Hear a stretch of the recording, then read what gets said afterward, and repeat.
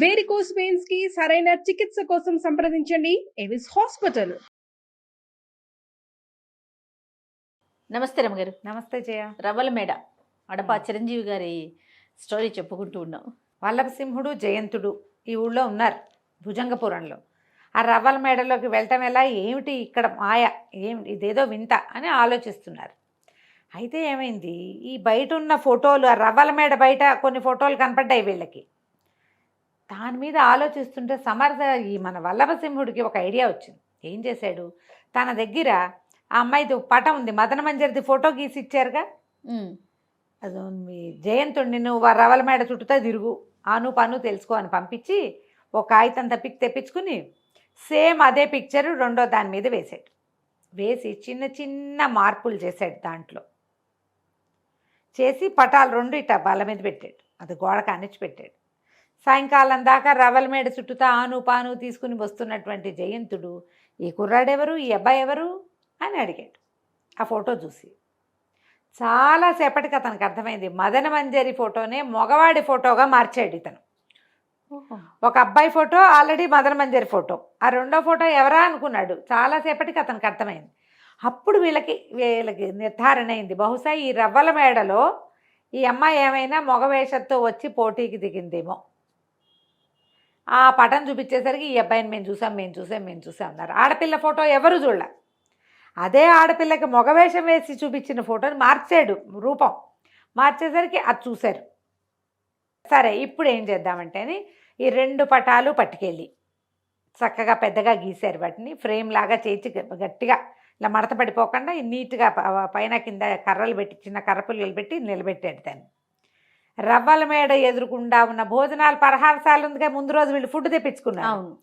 అక్కడ ఒక కర్రకి వాటి రెండింటిని తగిలించి వాటి దగ్గర కూర్చున్నారు.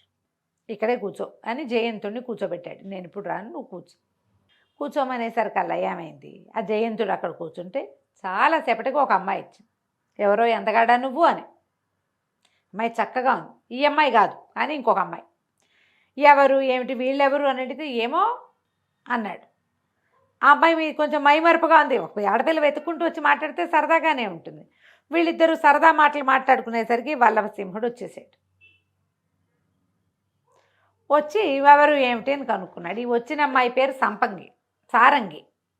మీ పేరు ఏమిటంటే, నా పేరు అందరూ పిలిచేది కాదు, మా అమ్మ ప్రేమతో పిలుస్తుంది. ఎప్పుడైనా నా భార్య రేపు వివాహం అయ్యాక నా భార్య ప్రేమతో పిలవగలదు. వల్లభ అని ఎవరు పిలుస్తారు, కన్యలు ఎవరు పిలవలేరు. నా పేరు ప్రేయసి మాత్రమే పిలవగలుగుతుంది. తప్పి తగిలి వివాహం అయితే భార్య కూడా పిలవగలుగుతుంది. మా అమ్మ ఒక్కతే ప్రేమగా పిలవగలదు అనేసరికి అతని పేరేమిటో కూడా ఈ అమ్మాయికి అర్థం కాలే. ఏదో పొడుపు కథ పొడుస్తున్నాడు అనుకుంది. వెళ్ళి కరెక్ట్గా రవ్వల మేడ లోపలికి వెళ్ళిపోయింది. వెళ్ళాక అక్కడ మదన మంజరికి చెప్పింది, ఇవాళ నేను నీ పటాన్ని చూశాను అని. ఆ మదన మంజరి లోపల ఉంది. ఆ రవ్వల మేడలో చిత్రలేఖతో పాటు మదన మంజరి కూడా లోపలే ఉంది. ఆ అమ్మాయి కూడా ఇక్కడికి పోటీకి వచ్చి మగవేషంలో మొదటి పోటీ దాటేసి కత్తి యుద్ధంలో ఓడిపోయి దాసిగా అయిపోయింది. కాకపోతే రాజకుమార్తెను తెలుసుకుని దీన్ని సోదరిగా భావించి తన దగ్గర అట్టు పెట్టుకుంది. రాజకుమార్తె అలంకారాల్లో లేదు, సామాన్యమైన అలంకారాలతో ఇక్కడే ఉండిపోయింది. బయటికి వెళ్ళేందుకు లేదు, గడప దాటి వెళ్ళడానికి వీలు లేదు కదా. ఈ సారంగి కూడా ఎక్కడో దారిలో దొరికింది అమ్మాయికి, ఆ మదన మంజరికి. సారంగిని కూడా తనతో పాటు లోపలికి తీసుకుపోయి తన దగ్గరే అట్టు పెట్టుకుంది. ఎవరు ఈ అమ్మాయిని ఓడిస్తారా అని చూస్తున్నారు వాళ్ళు. సరే ఎప్పుడైతే తమ పటాలు వచ్చినాయంటే మన ఊరి నుంచే వచ్చారు. ఆ పటం గీసి, అది కూడా రాజకుమార్తెకి సర్వాలంకార శోభితంగా ఉన్న ఫోటో, అది ఎవరో ర్యాండమ్గా వేసింది కాదు. అంటే ఇది లోపల నుంచే ఈ పటం తెచ్చుకున్నారనమాట. ఆ రెండో పటంలో ఎవరో మగవాడు, కానీ తరిచి చూస్తే అది నీలాగానే కనపడుతోంది. వీళ్ళకి ఏదో కీలకం తెలుసని ఈ అమ్మాయి వీళ్ళని కలవడానికి వచ్చింది. మదన మంజరి మాట్లాడుకున్నాక అప్పుడు డిస్కస్ చేసుకున్నారు. ఏమిటి అంటే, ఈ పోటీలు గెలవటం కష్టం, ఇది తెలిసి నేను ఆమెని పరీక్షించడానికనే వచ్చా. మా నాన్నకి చెప్తే రానివ్వడని వచ్చాను. నేను ఇక్కడ దొరకబడిపోయిన 6 నెలలు అయింది, నేను ఇక్కడే ఉన్నా అంటే ఇతను చెప్పాడు, నేను ఆ ఫోటో చూసే నిన్ను వలిచాను, ఇది నేను చేయగలనో లేదో అనుకున్నా, మేము ఎక్కడో వెతకాలని మేము అనుకుంటే నువ్వు ఇక్కడే దొరికావు మాకు, ఈ అమ్మాయిని నేను ఓడిస్తానంటే అదంత సులువు కాదు, ఇంకొక సిస్టమేటిక్గా చేస్తుంది. ఒక 12 మంది పండితులు ఉంటారు. 6 పండితులు చిత్రలేఖ వైపు, 6 పండితులు ఎవరు ప్రతిస్పర్ధిగా లోపలికి వెళ్తారో పోటీ చేయడానికి వాళ్ళ వైపు. సమాధానాలు చిత్రలేఖతో పాటు పండితులు కూడా ఒప్పుకోవాలి. చాలా చదువుకుంది అమ్మాయి. అదొకటి. రెండోది, కత్తి విద్యలో ఆమెకి రాని విద్య లేదు అసలు. 2 చేతుల్లో కత్తులు ధరించి కూడా యుద్ధం చేస్తుంది. ఈ 2 పోయాక మూడోది మరీ కష్టం. ఇతనికి ఏమనిపిస్తుందంటే, ఇంతమంది ఎలా దొరికిపోతున్నారు ఒక్క అమ్మాయి దగ్గర? ఏదో మాయో మర్మమో ఉంది. అంటే ఈవిడ ఏమంటుందంటే, మదన్ మంజరి మహాద్భుత సౌందర్యవతి. ఆమె సౌందర్యం చూసి మైమరిచిపోయి కాన్ఫిడెన్స్ పోయిన వాళ్ళు కొంతమంది, ఆమె వెనకాల కనపడుతున్న దాసదాసి గణమంతా ఓడిపోయిన వాళ్లే అని తెలిసి కాన్ఫిడెన్స్ పోయేవాళ్ళు ఇంకొంతమంది. యుద్ధంలో ఆడదే కదా అని కాన్ఫిడెంట్గా ఉంటారు. ఆ అమ్మాయి 2 సార్లు కత్తులు తిప్పేసరికి అమ్మో అనుకుని ఓడిపోతారు. నేను కత్తి విద్యలో ఓడిపోయాను, నాకు అంత రాదు, తనకు వచ్చినంత. అసలు 3వ విద్య దాకా వెళ్ళే, 3వ పోటీ దాకా వెళ్ళే వాళ్ళే ఉండరు. వెళ్తారు కొంతమంది. వాళ్ళు కూడా 2 రౌండ్లు ఉన్నాయి అందులో, తెలివితేటల రౌండ్స్ అవి. ఓడిపోతారు. ఓకే, ఇది జరుగుతోంది అని చెప్పేసరికి నేను చూస్తానన్నాడు. చూస్తానంటే సరే, ఈ అమ్మాయి లోపలికి వెళ్ళిపోయింది. ఇతను కొద్దిగా ఆను చూసుకుని ఏం చేశాడు, ముందు జయంతుణ్ణి పంపించాడు. నువ్వు లోపలికి వెళ్ళు, వెళితే నీకప్పుడు ఎక్కడ మాయామర్మం ఉందో మనకు తెలుస్తుంది. ఈ సూర్యవర్మని, సమరబాహుని ఇద్దరిని పట్టుకో, వాళ్ళని కలుపుకో, వాళ్ళని విడిపించడానికి మనం వచ్చామంటే వాళ్ళు నీకు సహాయం చేస్తారని ముందు జయంతుడిని పంపిస్తే జయంతుడు మొదటి రౌండ్లోనే ఓడిపోయాడు. తెలివితేటల దగ్గరే, లేదా తెలివితేటలు గెలిచి కత్తి దగ్గర రాగానే పోయింది. అతన్ని చెట్లు పీకే పనిలో పెట్టారు. ఓహో, ఈ సారంగి ఇదేమిటి చెట్లు పీకేవాడినా నేను ప్రేమించాను అంటే, ఇతను ఏం చెప్పాడంటే, కాదు నేను లోపల ఉండటం కోసమే నన్ను ఇట్లా పంపించాడు, నేను ఇక్కడే ఉంటాను అని చెప్పి ఇక ఏం చేశాడు, ఈ సూర్యవర్మని సమరబాహుని వెతికి పట్టుకున్నాడు. నువ్వు ఫలానా వాడివి కదా అని అడిగి, ఇక్కడ ఏం జరుగుతోంది అంటే, వీళ్ళు ఏం చేశారు, ఆ మొత్తం భవనం చుట్టూ తిరిగితే చాలా పెద్దది. మొదట కట్టిన పురాతన భవనం ఒకటి ఉంది, దాని వెనక భాగం వైపుకి ఎవరిని వెళ్ళనివ్వరు. ఒక రోజంతా దాని చుట్టూతా తిరగ్గా వీళ్ళకి ఏం తెలిసింది, ఏవో యంత్రాలు ఉన్నాయి లోపల, వాటి తాళ్ళు వేళ్లాడుతుంటాయి కిందకి, ఒక తాళ్ళు ఉన్నాయి. అక్కడేదో పోటీ జరుగుతున్నప్పుడు ఇక్కడ చెలికత్తెలు తాళ్ళు లాగుతూ కనపడుతున్నారు. ఓహో, అంటే ఏదో ఒక పోటీలో ఇదేదో జరుగుతోంది.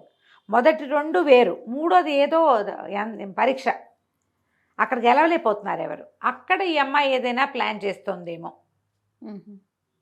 సరే, అవన్నీ చెప్పారు, బయటికి కబురు అందించారు. ఇలాంటిది ఒకటి ఉంది, ఆ 3వ భవనంలో వెనకాల ఏదో జరుగుతుంది, ఏవో రకరకాల యంత్రాలు ఉన్నాయి, కొన్ని తాళ్ళు ఉన్నాయి, ఆ తాళ్ళు లాగుతారు సమయానికి. అక్కడి నుంచి ఈ పోటీ జరిగే ప్రదేశాన్ని చూడడానికి ఏదైనా అవకాశం ఉందేమో తెలీదు. అటువైపు వెళ్ళంగానే ఆడ సైనికులు కొంతమంది ఉన్నారు, బ్రహ్మరాక్షసులు లాంటి వాళ్ళేమో మమ్మల్ని తరిమేశారు, నువ్వు ప్లాన్ చేసుకోమంటే సరే. ఈ మన వల్లభసింహుడు పోటీ కోసం నేను పోటీ చేస్తాను, ఫలానా దేశపు యువరాజుని, నేను మరాళ దేశపు యువరాజుని, దేశాటన కోసం ఇక్కడికి వచ్చాను, నేను నిన్ను ఓడించడానికే వచ్చానని చెప్పాడు క్లియర్గా. ఈ వచ్చిన వాడిని చూస్తే అమ్మాయి ఆశ్చర్యపోయింది. అప్పటిదాకా వచ్చిన వాళ్ళంతా ఈ అమ్మాయిని చూడంగానే 4 వేళ్లాడేసేయటం, నోరావులించి చూడడం, ఆమె సౌందర్యానికి మైమర్చిపోయినట్టు ఉండటం చూశారు. ఈ అమ్మాయికి ఏమీ లేదు, ఇతనికి తెలుసు ఈ అమ్మాయి మహాసౌందర్యవతని. మదన మంజరి కంటే కూడా ఈ అమ్మాయి అందగత్తే, అవంతా ముందే తెలుసుకున్నాడు కదా. తెలుసుకుని ఏమి అమ్మాయి అందాన్ని పట్టించుకోలే. మొదటి పోటీ బోల్డ్ అన్ని ప్రశ్నలు వేశారు శాస్త్రం మీద, టపా టపా టపా టపా చెప్పేశాడు సమాధానాలు. ఆ అమ్మాయి ఏం మాట్లాడుతుందో అతనికి మదన మంజరి దగ్గర నుంచే తెలుసు. జయంతుడి వల్ల కొన్ని తెలిసినాయి. సహజంగా ఇతను తెలివిగలవాడు. ముందు ఓడించటం అనేదే పెట్టుకున్నాడు. ఆ అమ్మాయితో వివాహం కలలు ఏం లేవు అతనికి. గట్టి పోటీ ఇచ్చాడు, గెలిచేసాడు. 2వ పోటీ మొదలుపెట్టారు మర్నాడు. అక్కడే ఉండమన్నారు. అక్కడే ఉండమంటే రాత్రికి అక్కడే ఉండి ఈ జయంతుణ్ణి, సారంగిని అందరినీ కలుసుకున్నాడు రాత్రికి. ఏం చెయ్యాలి తర్వాత ప్లాన్ అని. 2వ రోజు కత్తి యుద్ధం పోటీ పెట్టారు. ఇతను అమ్మాయి మీద ఒక 2 గుప్పెళ్ళు పొడుగున్నాడు, సాహసి, పైగా బాగా యుద్ధ విద్యలు వచ్చినవాడు. ఆ అమ్మాయి కదలికలు చూసి భయపరిచిపోయే గుణం లేదు, మెయిన్ ప్రధానంగా అది ఉండకూడదు అసలు. ఇక ఆ రెండోసారి యుద్ధానికి కూడా పెట్టుకున్నారు. మొదట ఒక కత్తి, ఆ అమ్మాయి చేతిలో కత్తి ఎగరగొట్టేశాడు.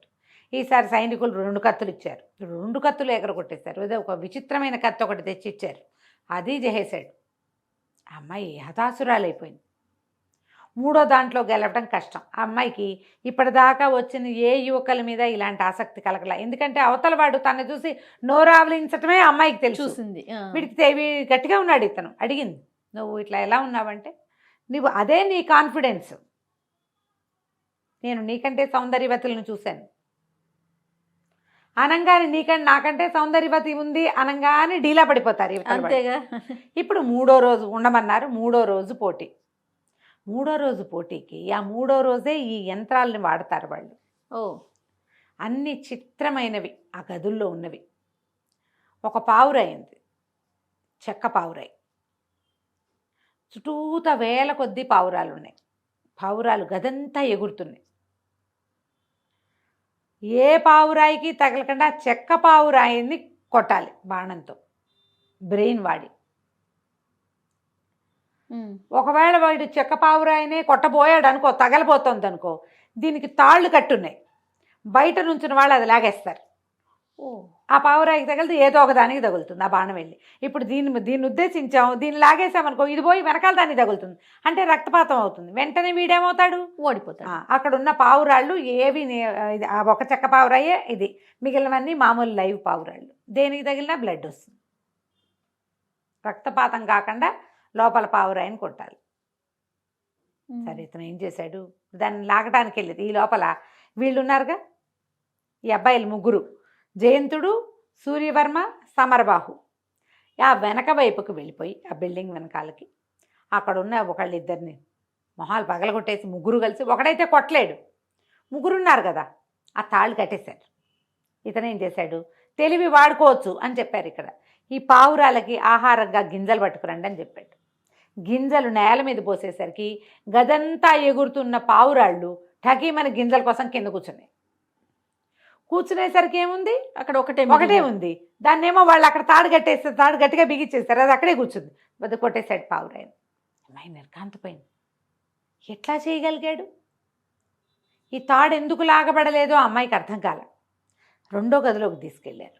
2వ గదిలో ఎన్ని తుమ్మెదలు ఉన్నాయో. అన్ని తుమ్మెదలు ఒరిజినల్ కాదు. ఒకే ఒక్కటి నిజమైన తుమ్మెద, మిగిలినవన్నీ చెక్క తుమ్మెదలు. గాల్లో ఎగరటం మాత్రం ఉన్నాయి. అవి యంత్రం సహాయంతో ఎగురుతున్నాయి. గుయ్యి అని మోత కూడా వస్తుంది. నిజమైన తుమ్మెదని పట్టుకోవాలి. ఎట పట్టుకుంటారు? అన్నీ గుయ్యి అంటున్నాయి, అన్నీ ఎగురుతున్నాయి, అన్నీ రెక్కలల్లాడిస్తున్నాయి. యాంత్రికంగా జరిగిపోతుంది అంతా. సరే, అబ్బాయి ఏం చేశాడు, మంచి వాసన వచ్చే పువ్వులు పట్టుకురండి అని పువ్వులు తెప్పించాడు. పువ్వులు తెచ్చిపోసేసరికి ఆ నిజమైన తుమ్మెద ఆ పువ్వుల వాసనకి దాని దగ్గరకు వచ్చింది.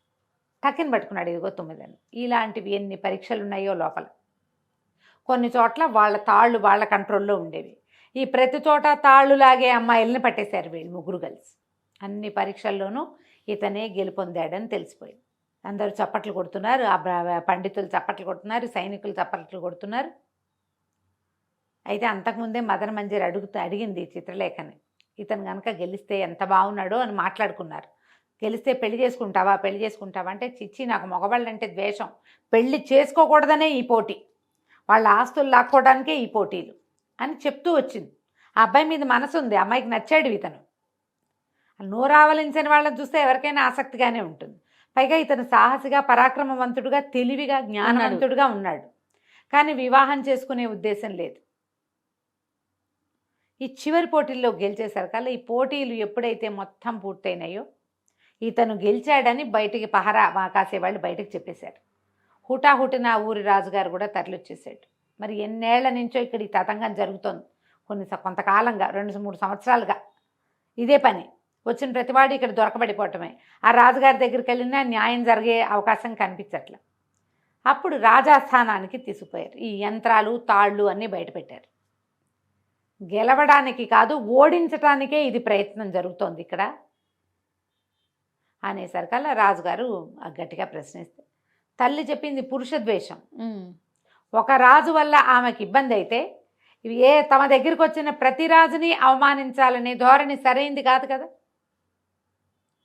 అప్పుడు రాజు ఏమన్నాడంటే, ఈమెకి శిక్ష నేను కాదు, ఆమె ఏదో పోటీ పెట్టింది, మాకెందుకని ఎవరి దారిని వాళ్ళు పోయారనుకో ఏ ప్రాబ్లము లేదు. అలా కాకుండా పోటీకి ఒడంబడి వెళ్ళారు వాళ్ళు, పోటీకి ఒడంబడి వెళ్ళారు, పోటీల్లో ఓడిపోయారు. గెలిచిన వాడు దీన్ని నిశ్చయించాలి, ఈమెను విచారించవలసిన వాడు గెలిచిన వాడు. అప్పుడు ఇతను ఏమన్నాడంటే వల్లభసింహుడు, ఎవరి ఆస్తి వాళ్ళకి ఇచ్చేసి, వాళ్ళ ఆస్తులన్నీ నువ్వు స్వాధీనం చేసుకున్నావు, నీ ఎవరి దారిని వాళ్ళని వదిలిపెట్టేస్తే కనుక నాకే అభ్యంతరము లేదు నిన్ను వదిలేయటానికి అనేసరికి ఇంకేం చేసింది, ఏ రాజ్యపు రాజకుమారిని ఆ రాజ్యానికి పంపించేసింది. చాలామంది సాహస వీరులు బోలంతమంది వచ్చారు, అందరినీ పంపించేసింది. కొంతకాలంగా 2-3 ఏళ్ళుగా ఈమె దగ్గర దాసులుగా ఉన్నారు. గడ్డి పీకేవాడొకడు, గడ్డి కోసేవాడొకడు, మొక్కలు నాటేవాడొకడు, గొప్పులు దవ్వేవాడొకడు, అందరినీ రిలీవ్ చేసేసింది. రిలీవ్ చేశాక అప్పుడు వీళ్ళు బయలుదేరి వెళ్ళారు. అతను అడిగాడు అప్పుడు, శ్రీచక్రపుర రాజే నీ తండ్రి, నువ్వు ఆయన కూతురువి అవునా కాదా అంటే ఆశ్చర్యపోయింది. ఎలా ఊహించావని, ఎందుకు ఊహించలేను, శ్రీచక్రపుర రాజు నీ తండ్రి అవ్వటం వల్లే శ్రీచక్రపుర రాజా యువరాణిని నీ చెల్లెల్లాగా నీ దగ్గర అట్టి పెట్టుకున్నావు. నువ్వు నీ తండ్రికి పుట్టింది కాబట్టి ఆమెను నీ దగ్గర ఉంచుకున్నావు. ఇప్పుడు నీకెలా పంతం అనుకున్న పని చేయాలనుందో మదన మంజరికి కూడా అలాంటి లక్షణమే ఉంది. అందుకే వాళ్ళ నాన్నకి చెప్పకుండా ఇంత దూరం వచ్చింది అనేసరికి ఒప్పుకుంది. మా తండ్రి శ్రీచక్రపుర రాజే, మా తల్లి అక్కడి నుంచి వచ్చేసింది. ఎప్పుడైతే ఈమె నా సోదరని తెలిసిందో నాకు సంతోషం వేసింది. నా అన్న వాళ్ళు ఎవరు లేరు, మా తల్లి లేదు, కొంతకాలం క్రితం చనిపోయింది. అందుకని ప్రేమగా నా దగ్గర ఎట్టు పెట్టుకున్నాను. నాకు కూడా ప్రేమ కావాలి, కానీ మా అమ్మ నేర్పిన ఈ లక్షణాన్ని వదిలినందుకు నేను సిద్ధంగా లేను, ఒక మాట ఇచ్చాను అని గట్టిగా చెప్పేసరికి వాళ్ళు రాజు అన్నాడు, ఈ అమ్మాయిని తీసుకెళ్ళిపోను ఇక్కడి నుంచి అంటే. అప్పుడు ఈ మొత్తం అంతా కలిసి ఈ సారంగిని తీసుకుని జయంతుడు, వల్లభసింహుడు, యువరాణి ఈవిడే మదన మంజరి, ఈ చిత్రలేఖను కూడా తీసుకుని మొదట శ్రీచక్రపురానికి వెళ్ళారు. వెళ్ళేసరికల్లా ఆయన చాలా బాధపడి, నేను అన్యాయం చేయలేదు, తను బలవంత పెట్టింది వివాహానికి ఒడంబడకపోవటంతో ఇలా తిరగబడి ఈ ప్రయత్నం చేసిందమ్మా, నువ్వు మా కూతురుగానే చూస్తాను నేను నిన్ను అని అమ్మాయిని చేర్చుకున్నాడు. ఇద్దరు నా కళ్ళు అంటే జయంతుడు అడిగాడట, మరి ఇందులో ఏ కన్ను మా యువరాజుదే అని అడిగితే 2 కళ్ళు నావే, నేను ముందే ఒప్పుకున్నానని చెప్పాడు. ఓహో, 2 అమ్మాయిల్ని వివాహం చేసుకున్నాడు. సారంగిని ఈ జయంతుడికి ఇచ్చి వివాహం చేశారు. ఇది మొత్తం పూర్తి చేసుకుని ఆ సమరబాహు దొంగల రాజుగా ఉన్నాడు కదా, అతన్ని కూడా తమతో పాటు తీసుకొచ్చారు. సూర్యవర్మనేమో అనంతగిరి పంపించారు. వీళ్ళతో ఎప్పటికీ స్నేహంగా ఉంటూ చక్కగా హాయిగా సంతోషంగా ఉన్నారు. కథ కంచికి మనం ఇంటికి. రైట్, క్లాసిక్ బుక్స్ వారి దగ్గర పుస్తకం దొరుకుతుంది. డెఫినెట్గా వజ్రాల దీవి పుస్తకాన్ని కొనుక్కొని ఇందులో ఉన్న రవల మేడ కథని చక్కగా చదువుకోండి. రైట్ రామ్ గారు, నమస్తే. నమస్తే చెయ్యి.